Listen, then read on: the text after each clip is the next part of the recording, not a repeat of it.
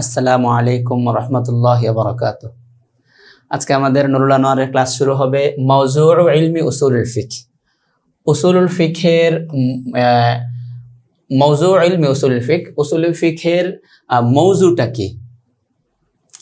তুম্মা ইআলাম, জেনে রাখো, আন্না উসুলুল ফিকহি লাহু হাদ্দুন ইজাফিয়্যুন ওয়া হাদ্দুন লাকাবিয়্যুন। উসুলুল ফিকহের একটা হাদ্দে ইজাফি আছে এবং একটা হাদ্দে লাকাবি আছে। হাদ্দে ইজাফি মানে হলো উসুলের আলাদা তারিফ এবং ফিকহের আলাদা তারিফ, আর হাদ্দে লাকাবি মানে উসুল ফিকহ পুরাটা একটা নাম, একটা ফনের নাম, ওই পুরাটাকে নাম ধরে একটা তারিফ, এটাকে হাদ্দে লাকাবি বলে। গায়াতুন ওয়া মাওদুউন, একটা গায়া আছে, লক্ষ্যটা কি, এবং মাওদুউন তার আলোচ্য বিষয় কি, এটা আছে। ওয়ালাম্মা লাম ইয়াযকুরহুল মুসান্নিফ তাওয়াইনাহু, যেহেতু মুসান্নিফ রাহিমাহুল্লাহ এটাকে আলোচনা করেন নাই, তাওয়াইনাহু আলা গিরাতিন, আমিও সেটাকে তার প্যাচ অনুযায়ী রেখে দিলাম, মানে আমিও আলোচনা করলাম না।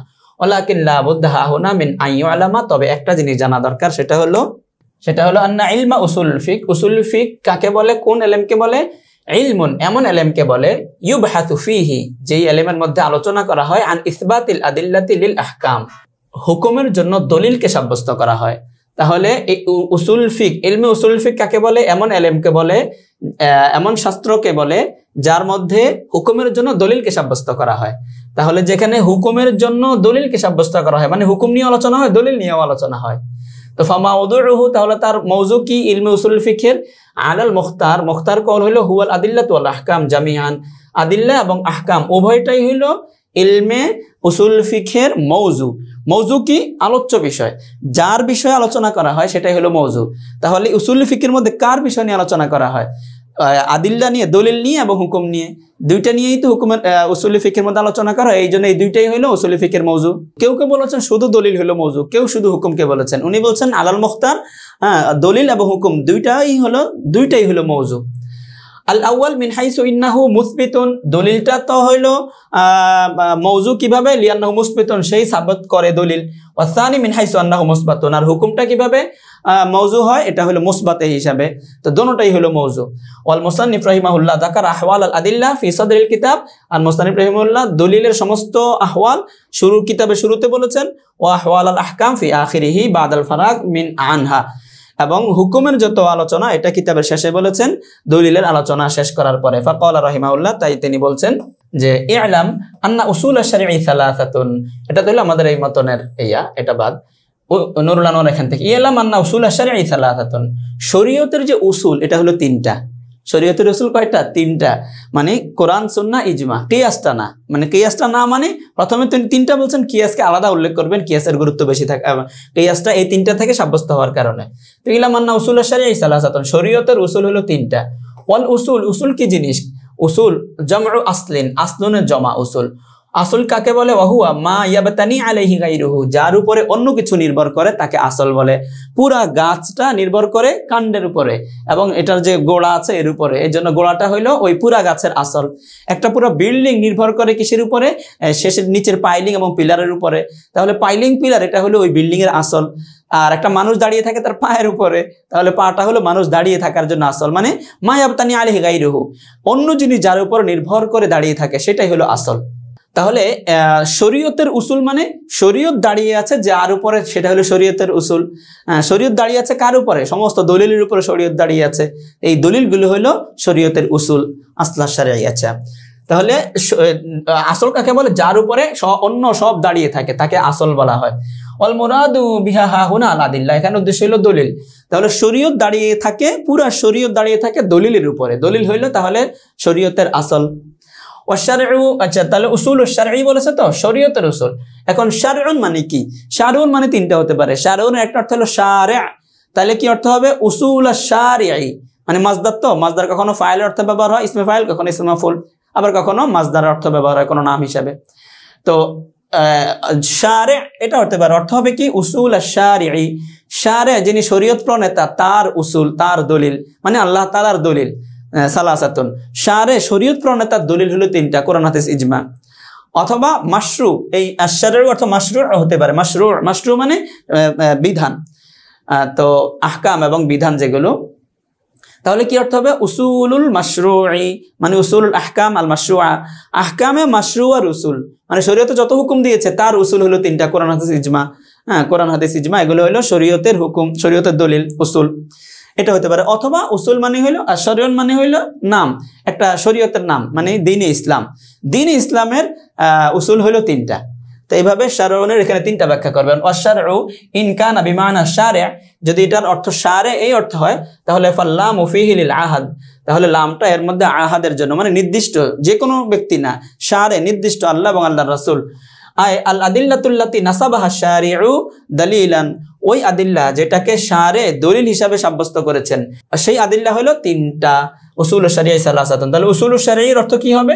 উসুলুশ শারি'র অর্থ হবে যে আল আদিল্লা, ওই দলিল তিনটা, যেই দলিলটাকে শরীয়ত দলিল হিসাবে সাব্যস্ত করেছেন, সেই দলিল হলো সালাসাতুন, তিনটা। ওয়া ইন কানা বিমানাল মাশরু', আর যদি বিমানাল মাশরু', আশ-শার'উ অর্থ হলো মাশরু'উন, তাহলে ফাল্লামু ফীহি লিল জিনস, তখন লামটা জিনসের জন্য হবে, মানে শরীয়তে যত হুকুম আছে সব হুকুমের দলিল। আই আল আদিল্লাতুল আহকামিল মাশরু'a সালাসাতুন, আহকামে মাশরু'আর দলিল হইল তিনটি। যত আহকামে মাশরু'a আছে একদম পুরো জিনসি হুকুমকে বোঝাচ্ছে, তো এই জিনসি হুকুমের দলিল হইল তিনটি।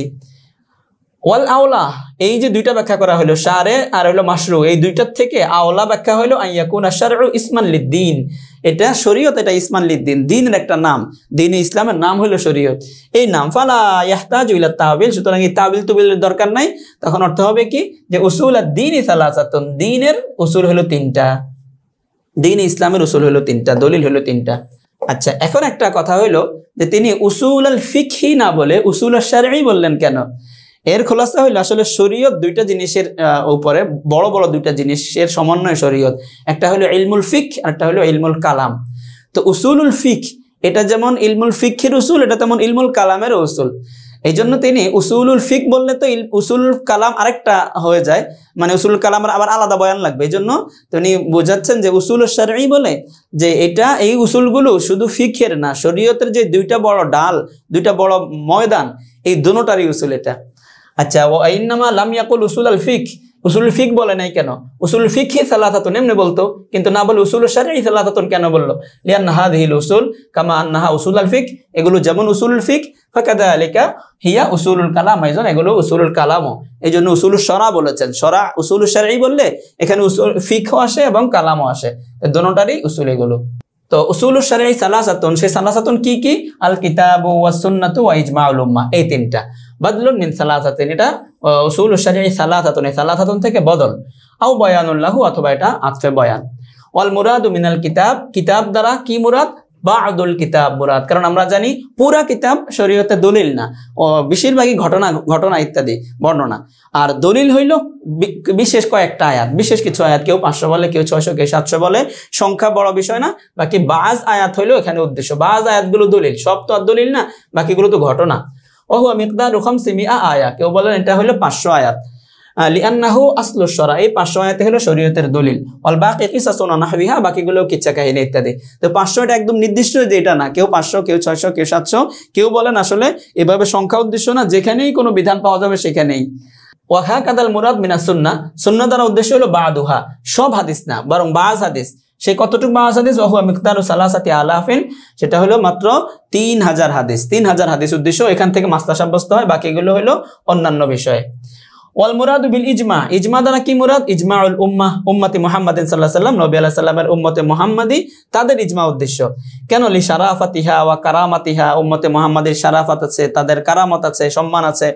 হ্যাঁ, এই জন্য সাওয়াউন কানা ইজমাউ আহলিল মদিনা, আহলে মদিনার ইজমা হোক, আও ইজমাউ ইতরাতির রাসূল, অথবা রাসূল সাল্লাল্লাহু আলাইহি ওয়াসাল্লামের পরিবার বর্গের ইজমা হোক, আও ইজমাই সাহাবা, অথবা টোটাল সাহাবীদের ইজমা হোক, আও নাহবিহিম, অথবা তাবিদের ইজমা হোক ইত্যাদি। এই রকমের ইজমা উদ্দেশ্য চাই। তাহলে উম্মতে মুহাম্মাদের ইজমা, চাই আহলে মদিনার ইজমা, চাই রাসূলের পরিবারের ইজমা, চাই সাহাবেদের ইজমা হোক, যে কোনো ভাবে হোক উম্মতে মুহাম্মাদের ইজমা। এক্ষেত্রে কেউ কেউ বলেছেন কুরুনে সালাসার ইজমা হলো মুতাবার। হ্যাঁ, অবশ্যই কুরুনে সালাসার ইজমা মুতাবার, কিন্তু পরবর্তীদের ইজমাও মুতাবার। এমনকি আখিরে জামানে সমস্ত উলামায়ে কেরাম যদি এমন কোনো মাসালার ব্যাপারে ইজমা হন, যে মাসালা অতীতে আলোচনা হয় নাই, হ্যাঁ, এরকম কোনো নতুন মাসালার উপরে যদি বর্তমান উলামায়ে কেরামের ইজমা হয়, সেই ইজমাও কিন্তু দলিল হবে। ওয়াল আসলুর রাবে আল কিয়াস, আর শেষ নাম্বার আসলে রাবে হইল কিয়াস। এখান থেকে ইনশাআল্লাহ আমাদের পরবর্তী ক্লাস শুরু হবে। আজকের ক্লাস এই পর্যন্ত শেষ। আসসালামু আলাইকুম ওয়া রাহমাতুল্লাহি ওয়া বারাকাতুহু।